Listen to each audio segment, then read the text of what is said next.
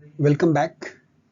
Uh, Today we will be discussing chapter 7 in text citation और ये सब पहला लेक्चर होगा part 1.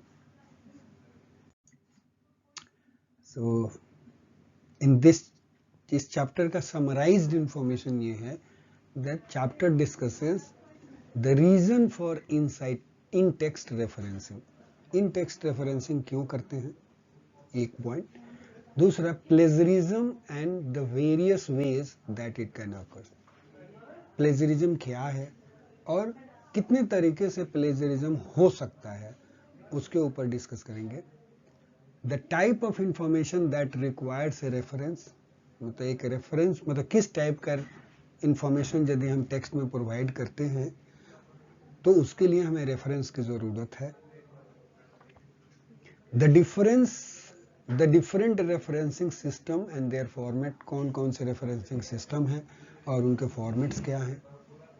Integral and non integral reference क्या है and the possible reason for using each style, मतलब ये दोनों स्टाइल को यूज करने के पॉसिबल रीजंस क्या हैं. Summarising, paraphrasing, generalisation and direct quotations क्या है. The range of reporting verbs and tense differences के बारे में, कहाँ कहाँ पे हमें डिफरेंट टाइप्स के टेंस यूज करने पड़ते हैं, किस किस टाइप के रिपोर्टिंग वर्ब्स हम लोग यूज करते हैं.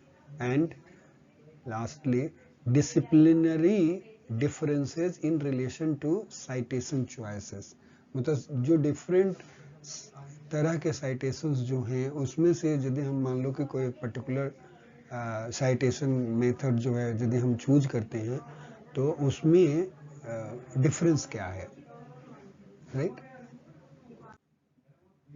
ओके. तो हम लोग डिस्कस कर रहे थे, मतलब हमने बोला कि इन टेक्स्ट साइटेशन उसके बारे में डिस्कस करेंगे और प्लेजरिज्म इस पार्ट में. बेसिकली पार्ट 1 में हम दो ही चीज डिस्कस कर पाएंगे, बाकी पॉइंट्स जो हैं वो हम लोग दूसरे लेक्चर में डिस्कस करेंगे. सो इन टेक्स्ट साइटेशंस के बारे में. In academic writing it is important to include references to the work of others in 2 places in your document. मतलब बोल रहे हैं कि जब भी हम कोई भी एकेडमिक राइटिंग करते हैं, एकेडमिक राइटिंग का मतलब है कि हम कोई पेपर लिखें, अपना थेसिस लिखें या बुक लिखें, मतलब कोई भी चीज, कोई भी डॉक्यूमेंट हम प्रिपेयर कर रहे हैं जो एकेडमिक्स में यूज होने वाला है, राइट. तो उसको बोलेंगे, मतलब that will be called a academic writing. So उस केस में बोल रहा है कि इट इज इंपॉर्टेंट है कि टू इंक्लूड, मतलब वो हमें इंक्लूड करना चाहिए references to the work of others, जो दूसरे लोगों ने काम किया है उसके रेफरेंस हमें इंक्लूड करना चाहिए इन 2 places, 2 जगह पे इन योर डॉक्यूमेंट. अपने डॉक्यूमेंट में 2 जगह पे हमें यूज करना चाहिए. वो क्या है, पहला with in the main body of the text और दूसरा प्लेस है इन द बिब्लियोग्राफी और list of references at the end of the document. तो 2 जगह वो रेफरेंस इंक्लूड होता है. एक तो बिब्लियोग्राफी में, बिब्लियोग्राफी हो या रेफरेंसेज हो, वहां पे उसका पूरा डिटेल रहेगा रेफरेंस का कि जिस ऑथर ने जो काम किया है, और उसी का साइटेशन जो है मेन टेक्स्ट में होगा. तो ये 2 प्लेसेज हैं जहां पे हमें इंक्लूड करना होता है references to the work of others, जो दूसरे लोगों ने काम किया है उसका. References within the main body of the text are known as in text citations. जो मेन बॉडी में जो हम रेफरेंसेज इंक्लूड करते हैं उसको बोलते हैं in text citation. And this chapter focuses on the varieties of ways in which they can be presented. मतलब वो रेफरेंसेस को कितने तरीके से इंक्लूड कर सकते हैं उसके बारे में इस चैप्टर में डिस्कस करेंगे. The 3 terms reference, citation and acknowledgement are all used synonymously in this chapter to mean the explicit mention of a source from where information is taken. ये बोल रहे हैं कि हम इस चैप्टर में 3 वर्ड जो है reference, citation and acknowledgement word को सिनोनिमसली यूज करेंगे। सिनोनिम्स मतलब लगभग having the similar meaning, right. और इन वर्ड का यूज हम किस लिए करेंगे? इसके लिए कि टू मीन, उससे ये मतलब ये झलकेगा कि कहाँ से, किस सोर्स से हमने इंफॉर्मेशंस लिया था, ठीक है। मतलब वो रेफरेंस के लिए ही तीनों वर्ड हम यूज करने वाले हैं, रेफरेंस, साइटेशन एंड एक्नॉलेजमेंट। तो जब जब ये वर्ड आएगा तो आपको ये ध्यान रखना पड़ेगा ये रेफरेंस की बात कर रहा है, कि हमने इस जगह से इंफॉर्मेशंस लिया था, ठीक है जी। चलिए आगे। Citation or references to the other authors within the main body of the text of a dissertation or thesis occur when propositional content is attributed to the another source. ये बोल रहा है कि citation या reference to other author मतलब within the main body of the text of a dissertation or thesis, मतलब thesis या dissertation के main body में साइटेशन और रेफरेंस जो है वो वहां पे एक अदर ऑथर के लिए हम साइट करते हैं या रेफरेंस करते हैं, वो तब आता है जब when propositional content is attributed to the another sources. मतलब जो हम कंटेंट लिख रहे हैं, राइट, वो कंटेंट अदर ऑथर्स ने जो काम किया हुआ है उससे रिलेटेड है, ओके, कंटेंट जो रिलेटेड है। एक और चीज हमें ना थोड़ा सा डिक्शनरी मीनिंग देखना चाहिए कि प्रोपोजिशनल कंटेंट का मतलब क्या है। बेसिकली यहाँ पे ये बोल रहा है प्रोपोजिशनल जो कंटेंट की जो बात कर रहा है, ये ध्यान रखना है, मतलब हमें लग रहा है कि ये ट्रू है कोई भी बात। जैसे मान लो कि Canny is a best edge enhancement edge sharpening नहीं, मतलब हाँ, जहां से एज कंटेंट आप बेटर एज डेलिनेट कर सकते हो ऐसा ऑपरेटर है। तो किसी ने ऑलरेडी ये बात बोली है और उसको हम ट्रू मान रहे हैं, तो वहां पे रेफरेंस देना है।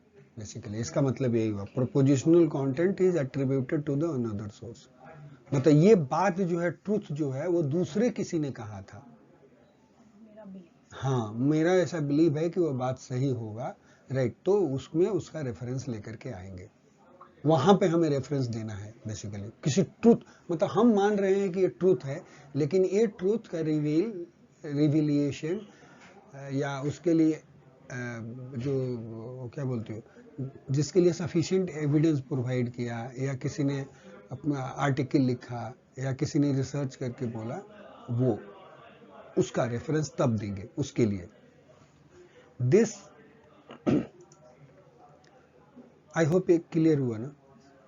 मतलब कई जगह पे हम ना कोई स्टेटमेंट जो होता है हम सही मान के चलते हैं कि ये सही है, इसलिए हम ऐसा बोल रहे हैं, आप समझ रहे, तो वहां से हम कंक्लूड कर रहे हैं, तो हम ये सही है इसका मतलब हम ये मान के चल रहे हैं कि ट्रूथ है, राइट ना। तो वो ट्रूथ जो मान लेना, वो ट्रूथ किसने बोला था, वहां पे रेफरेंस हमें देना पड़ेगा कि ये बोला किसने। दिस इंपॉर्टेंट एकेडमिक कन्वेंशन जो है demonstrate the interactive nature of research writing. By referencing authors in your field you are entering into a written dialogue with others and therefore beginning to participate in a research community। ये बोल रहा है कि ये convention जो है, right, ये important convention academic writing का जो है, कि मतलब यदि किसी ने कोई काम करके कोई बात बोली और हम उसको ट्रूथ मानते हैं, तो वहां पे रेफरेंस देना, ये एक कन्वेंशन है हमारा, करेक्ट। तो ये बोल रहा है कि ये क्या डिमोन्स्ट्रेट करता है, ये डिमोन्स्ट्रेट करता है interactive nature of research writing, interactive nature को बताता है लिखने का, रिसर्च राइटिंग के। कैसे? बाय रेफरेंसिंग, हम कर क्या रहे हैं, by referencing authors in your field, अपने फील्ड के ऑथर को जब हम अपने रिसर्च में जब उसको रेफरेंस करते हैं, तो what we are doing, you are entering into a written dialogue with other. तो उस केस में हम लिखित में दूसरे के साथ कम्युनिकेट कर रहे हैं कि भाई तुमने ऐसा बोला तो मैं एक्सेप्ट तो कर रहा हूं, तो एक तो कम्युनिकेशन ही तो है, रीड एंड डायलॉग। आप समझ रहे? And therefore beginning to participate in a research community. अब इसलिए आप क्या कर रहे हो कि आप रिसर्च कम्युनिटी में लोगों के साथ पार्टिसिपेट कर रहे हो। You have started to participate in a research community by acknowledging their work पे। अब जैसे मान लो कि होता है ना कि जैसे हम लोग भी देखते हैं कई बार कि हमारे आर्टिकल को किसने किसने साइट किया, तो हमें पता चलता है ना कि ये आदमी जो है वो मेरे आर्टिकल को पसंद कर रहा है, वो मेरे आर्टिकल को साइट कर रहा है। फिर हम यदि किसी दूसरे आर्टिकल को साइट करते हैं तो उसको एडमायर तो करते हैं ना, भले हम उससे मिले हों या ना मिले हों, लेकिन हम उससे एडमायर जरूर करते हैं कि उस बंदे ने इस फील्ड में इतना इतना काम किया हुआ है, राइट। तो एक तरह से इंटरेक्टिव नेचर है। इंटरेक्टिव में तो ये होता है आप कुछ बोलो हम कुछ बोले, तो आपने ऑलरेडी लिखित में कोई चीज बोला है, उसको पढ़ के मैंने समझा और फिर उसको आगे बढ़ाया आगे की कम्युनिटी में। तो एक तरह से ये इंटरेक्टिव नेचर को शो करता है। An understanding of the reason why citations are included in research writing can help you to recognize the importance of adopting the expected convention of your university and department। बोल रहे हैं कि आप क्यों citation जो है उसको हमें अपने रिसर्च राइटिंग में क्यों इंक्लूड करना है, इस बात की जब हमें समझ बनते, मतलब इसके पीछे जब हम रीजन समझते हैं, राइट, वो हमें क्या करता है, इट हेल्प्स अस, वो हमें मदद करता है to recognise the importance of adopting the expected convention. तब ये समझ में आता है कि हमारी यूनिवर्सिटी या हमारा डिपार्टमेंट ने क्यों ये पर्टिकुलर कन्वेंशन एडॉप्ट किया कि ऐसे करना है, करेक्ट। वो बात हमें समझ में आती है। ओके, रीजन बिहाइंड दैट कि भाई आखिर इस आदमी ने ये क्यों नियम बनाए कि ऐसा करना है। Okay, it also helps you to identify the situations in which you need to provide a reference. और ये भी बताता है तब उसके बाद जब हमारी अंडरस्टैंडिंग ये बन जाती है कि साइटेशन क्यों इंपॉर्टेंट है, तब हमें जब भी हम कोई टेक्स्ट लिखते हैं तब हमें ये भी समझ में आता है कि यहाँ पे तो हमें रेफरेंस देना पड़ेगा या देना चाहिए। समझ गए ना कि मतलब पहले तो उसका इंपॉर्टेंस समझ में आना चाहिए कि पहले साइटेशंस करना ही क्यों है टेक्स्ट में, और यदि वो रीजन समझ में आ रही है, इस रीजन के कारण हम साइटेशंस कर रहे हैं, तब हम कोई भी टेक्स्ट लिखेंगे तो हमें ये भी बात समझ में आ जाएगा कि यहाँ पे साइट करना है, साइटेशंस की जरूरत है या नहीं है। Okay, although there are difference of opinion among academics about the predominant reason for citation, and indeed these may vary depending on the levels of study and discipline, we can summarize the main purpose as follows। ये बोल रहे हैं कि लोगों के बीच में मतलब एक प्रीडोमिनेंट रीजन क्या है साइटेशंस का, इसके बीच में लोगों के कॉमन व्यूज नहीं है, लोगों के विचार जो है वो वैरी करते हैं, right. That may vary depend on the level of the study and the discipline, मतलब किस लेवल का स्टडी है, वेदर स्टडी जो है वो बीएससी लेवल की है, मास्टर लेवल की है या पीएचडी लेवल की है, और किस डिसिप्लिन में है, उसके बेसिस पे ये जो है वो वैरी कर सकता है कि साइटेशंस क्यों करना चाहिए, राइट। ये चीज वैरी कर सकता है क्योंकि लोगों के बीच में एक मत नहीं है, ऑल एकेडमिशियंस के बीच में, कि यही रीजन है, मेन इंपॉर्टेंट रीजन है इसलिए साइटेशन होना चाहिए। बट आगे बोल रहे हैं we can summarise the main purpose, लेकिन हाउएवर हम लोग क्या कर सकते हैं कि मेन पर्पस जो है उसका साइटेशंस का क्या है वो हम लोग समराइज अभी कर रहे हैं आगे। तो ये बोल रहा है your in text reference so that you are, मतलब अब ये रीजन है, क्या बताता है, इन टेक्स्ट रेफरेंस जो है वो ये बताता है कि आप you are acknowledging and showing respect for other research contribution in the field. Okay, पहला चीज कि you are acknowledging and showing respect for other researchers contribution to the field. अब जैसे मान लो कि हम किसी भी पर्टिकुलर फील्ड में, सपोज करो कि हमने इमेज कंपैरिजंस पे कई पेपर लिखे और काम करे, और यदि हमारा कोई भी आर्टिकल जब साइट करता है तो हमें अच्छा लगता है कि हमारे वर्क को रिकॉग्नाइज किया गया कम्युनिटी में, हमने जो भी काम किया, राइट। तो वो होता है, एक तो है कि इसलिए करते हैं, जरूरी है, क्योंकि इस प्रोसेस में हम क्या करते हैं, we are acknowledging and showing respect for others work. मतलब उस फील्ड में भाई उसको रेस्पेक्ट भी तो देते हैं ना, कि भाई आपने काम किया है, तो एक ह्यूमन को वैल्यू देते हैं बेसिकली, राइट। दूसरा जो है, demonstrating your allegiance to a particular research community. मतलब आप अब क्या कर रहे हो, तो बेसिकली हम लोग उसके वो किसी के भी वर्क को साइट करके हम उसके काम में बिलीव शो करते हैं कि भाई हम ठीक है, कि हम उसके साथ होते हैं ना, कि आप सही हो, मतलब एक उसको भी सपोर्ट मिलता है।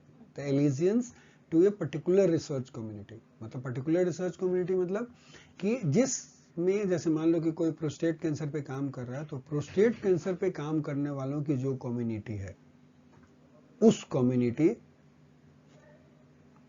के साथ होते हैं, डिमोन्स्ट्रेट करते हैं, मतलब we are just being with them, कि हम उसके ग्रुप में मिल रहे हैं ना बेसिकली उन लोगों के।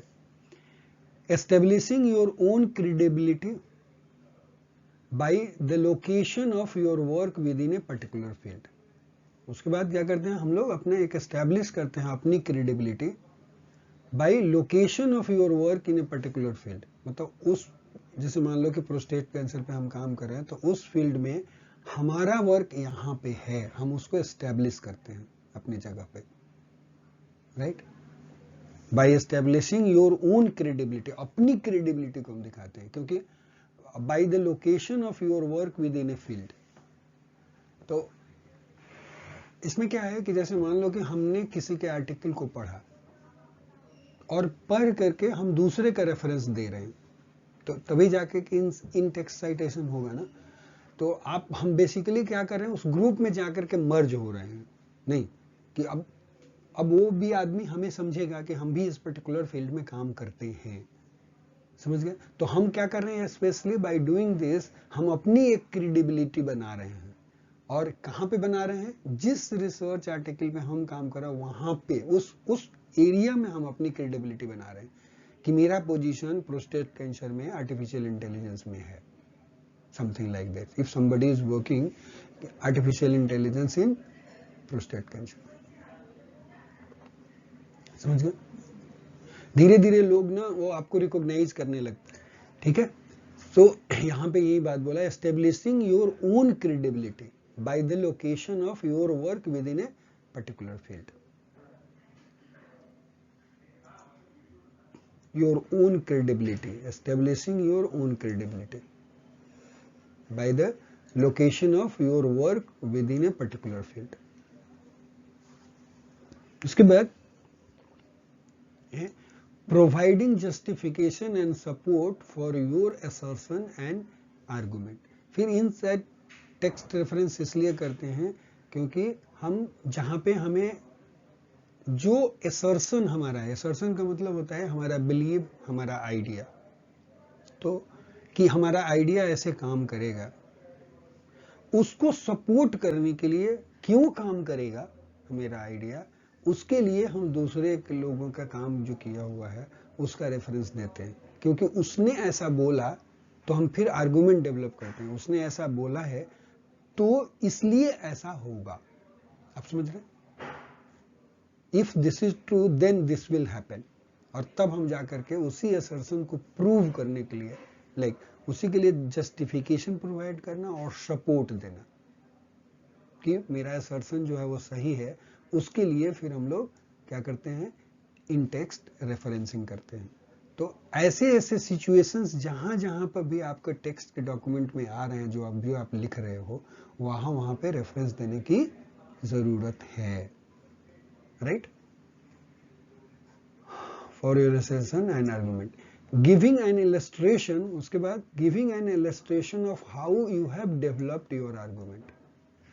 मतलब ये भी बताने के लिए कि हमने अपना आर्गुमेंट कैसे डेवलप किया है, उसको भी इलस्ट्रेट करने के लिए फिर हम रेफरेंस देते हैं, ओके।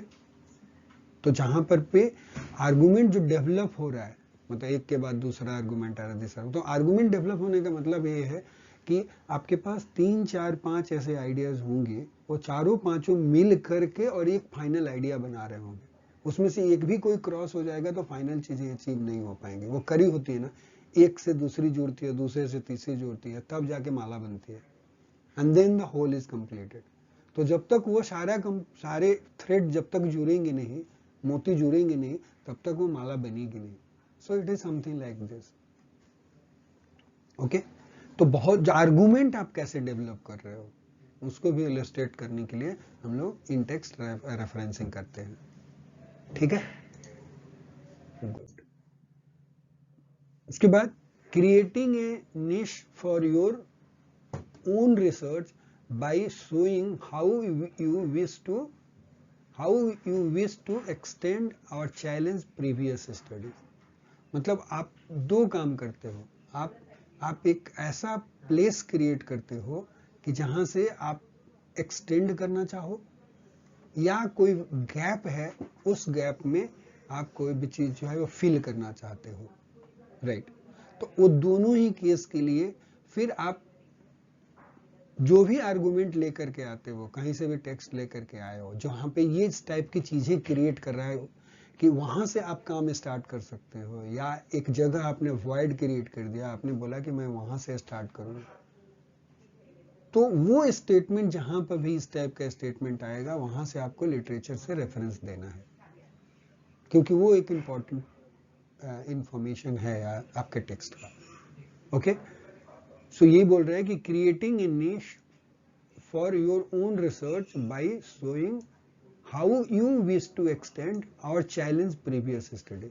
चैलेंज करना मतलब आपको पसंद नहीं है, मतलब आपको लग रहा है कि ये सही नहीं है, तो या आप उसके लिए स्टडी कर रहे हो, या आप उस स्टडी को, दूसरे की स्टडी को सपोर्ट कर रहे हो और उसने यहां तक आके छोड़ दिया काम, अब आगे उस काम को आप बढ़ाना चाह रहे हैं।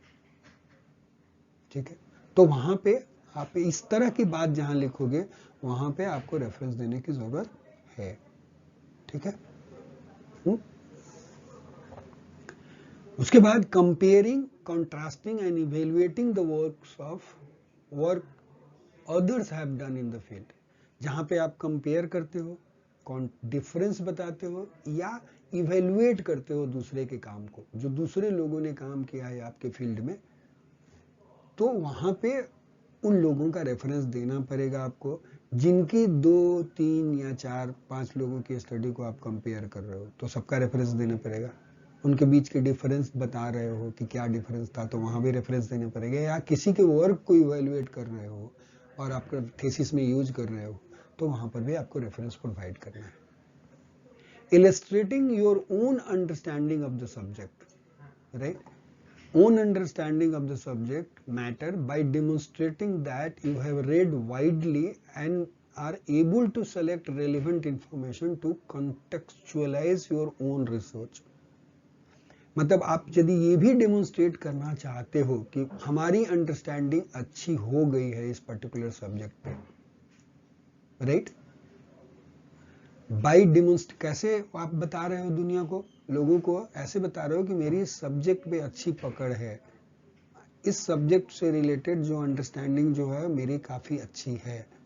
वो कैसे बताते हो? By demonstrating that you have read widely, मतलब आपने बहुत सारे आर्टिकल्स पढ़े हैं, and are able to select relevant information, और बहुत सारे आर्टिकल पढ़ने के बाद उसमें से जो जरूरी इंफॉर्मेशन जो है वो निकाल पा रहे हो, to contextualise your own research, मतलब अपने रिसर्च के लिए एक कॉन्टेक्स्ट बना रहे हो कि मेरा स्टडी यहाँ पे फिट बैठता है, तो उसके लिए भी हम लोग रेफरेंस साइट करते हैं। तो आप जितने रेफरेंस जो देते हो वो ये भी शो करता है कि आपने उन आर्टिकल्स को पढ़ा है, आपने समझा है उन चीजों को, और उसके बाद आप ये काम कर रहे हो। ठीक है डियर, ओके गुड। उसके बाद enabling readers to track down your source text easily if they wish to find out more information। Generally जब हम लोग कोई भी रिसर्च आर्टिकल या थीसिस लिखते हैं तो उस केस में जिसके भी आर्टिकल को हम लोग शायद जिन लोगों के वर्क को भी हम लोग जब साइट करते हैं, तो उस केस में हम उनका पूरा का पूरा डिटेल स्टडी कॉपी नहीं करते, या पूरा का पूरा इंफॉर्मेशन जो है हम प्रोवाइड नहीं करते हैं। तो उस केस में हमें क्या करना, हम लोग ब्रीफ में इंफॉर्मेशन प्रोवाइड करते हैं। तो जो लोग भी हमारे आर्टिकल को पढ़ रहे हैं, यदि वो ये जानना चाहें कि इसके बारे में डिटेल्ड इंफॉर्मेशन जानना चाहें, तो उनको कैसे पता चलेगा? जब तक हम रेफरेंस देंगे नहीं तब तक उनको पता नहीं चलेगा। तो इसलिए भी रेफरेंस दिया जाता है कि उनको यदि कोई डिटेल में पढ़ना चाहे उसके बारे में, तो जाकर के पढ़ पाए। ठीक है, ये बात। Allowing the accuracy of your own work to be checked, इसके लिए भी रेफरेंस देते हैं लोग कि right, allowing the accuracy of your own work to be checked, मतलब हमारा जो भी काम है, जब हम रेफरेंस देते हैं तो हमने जो कुछ भी बात यहाँ पे लिखी है वो रियली में एक्यूरेट लिखी है या नहीं लिखी है, उसमें कोई फ्लॉज तो नहीं है, मैंने किसी को गैम्बल तो नहीं किया। समझिए, हमारे आर्गुमेंट जो हैं वो सही हैं, इसलिए भी रेफरेंस दिया जाता है ताकि दूसरा आदमी जो है वो जाकर के क्रॉस वेरीफाई करे कि यस, इस आर्टिकल में ये बात फैक्ट्स बोला था, ये फैक्ट्स बोला था, और उसके बाद से ऑथर ने जो अभी जो पेपर लिख रहा है या जो भी आर्टिकल लिख रहा है या अपना थीसिस लिख रहा है, उसी के बेसिस पे जाकर के वो फाइनली अपना रिसर्च जो है प्रपोज कर पा रहा है। तो उसकी वैलिडिटी को जज करने के लिए, वो देखने के लिए कि करेक्ट लिखा या नहीं लिखा, दूसरे के इंफॉर्मेशन को एक्यूरेटली उसने समराइज किया या नहीं किया, ऐसा तो नहीं कि उसने मिस रिप्रेजेंटेशन ऑफ फैक्ट्स किया, इन सारी चीजों को चेक करने के लिए तो रेफरेंस होता है। तो दूसरा आदमी कोई भी क्रॉस पर चेक कर सकता है कि आप कितने एक्यूरेट हो, आप जो भी बात बोल रहे हो वो सही है या नहीं है, तो उसके लिए भी प्रोवाइड करते हैं। उसके बाद देते हैं एवॉइडिंग प्लेजरिज्म के लिए।